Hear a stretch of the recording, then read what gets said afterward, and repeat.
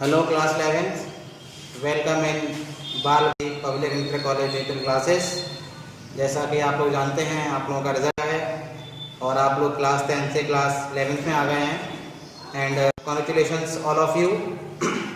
इसके बाद मैं आपको बताने वाला हूं कि समर वेकेशन के पहले जो हमने डिजिटल क्लासेस चलाई उसमें आपने देखा कि आप लोगों को कुछ टॉपिक्स ऑर्गेनिक केमिस्ट्री के पढ़ाए थे, जिसमें आपका IUPAC, उसमें मैंने आपको होमोलोगा सीरीज भी बताई, मैंने आपको ऑर्गेनिक केमिस्ट्री की मैथ्स भी बताई थी, जो आप लोगों ने शायद अपनी कॉपी में नोटबुक में कॉपी किया होगा और उसका रिवीजन भी किया होगा।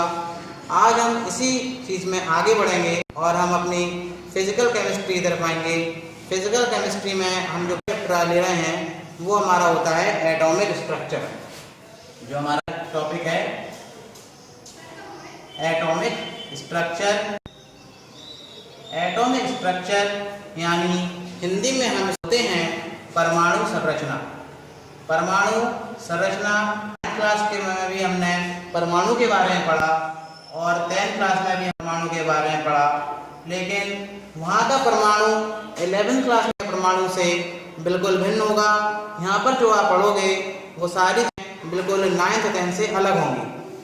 परमाणु संरचना सबसे हमें समझेंगे परमाणु क्या होता है और ये एटम जो हम बोलते हैं, एटॉमिक वर्ड कहाँ से आया।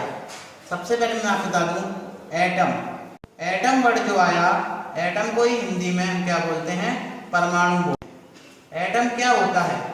एटम का मतलब होता है स्मॉल यूनिट ऑफ मैटर, यानी किसी भी द्रव्य की सूक्ष्मतम इकाई। द्रव्य की सूक्ष्मतम इकाई को ही हम क्या बोलते हैं, परमाणु बोलते हैं। अब आपने पहले क्लास में पढ़ा था कि कोई भी एटम जो होता है वो 3 चीजों से मिलकर बनता है। एक होता है इलेक्ट्रॉन, दूसरा होता है प्रोटॉन और तीसरा होता है न्यूट्रॉन। जैसा कि आप लोग समझ रहे होंगे कि मैंने यहाँ पर माइनस लगाया है, यहाँ पर मैंने प्लस लगाया है, यहाँ पर मैंने लगाया है। तो ऐसा क्यों?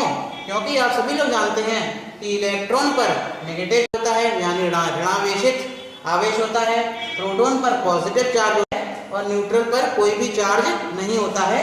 इसलिए जो भी एटम बना होता है इलेक्ट्रॉन, प्रोटॉन और न्यूट्रॉन से मिलकर बना होता है। अब जिसमें इलेक्ट्रॉन की खोज किसने की थी? इलेक्ट्रॉन की खोज की थी जे थॉमसन ने। जे थॉमसन ने इलेक्ट्रॉन की खोज की और जे थॉमसन के किस चीज से खोज की थी? तो मैं आपको बता दूं, इसमें भी उन्होंने कैथोड रेज यानी कैथोड किरणों के द्वारा इलेक्ट्रॉन की खोज की थी। बात आती है प्रोटॉन की।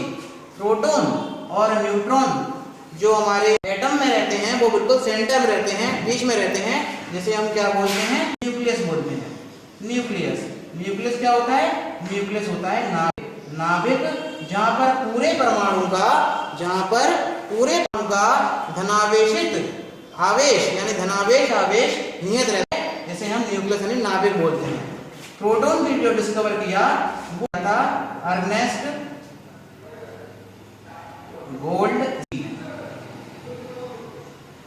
गोल्डस्टीन ने इसको डिस्कवर किया था और प्रोटॉन को डिस्कवर करने के बाद इनका नाम आया, इससे किया था केनाल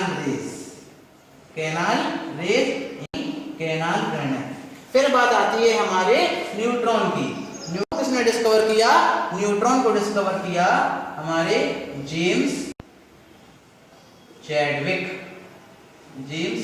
ने।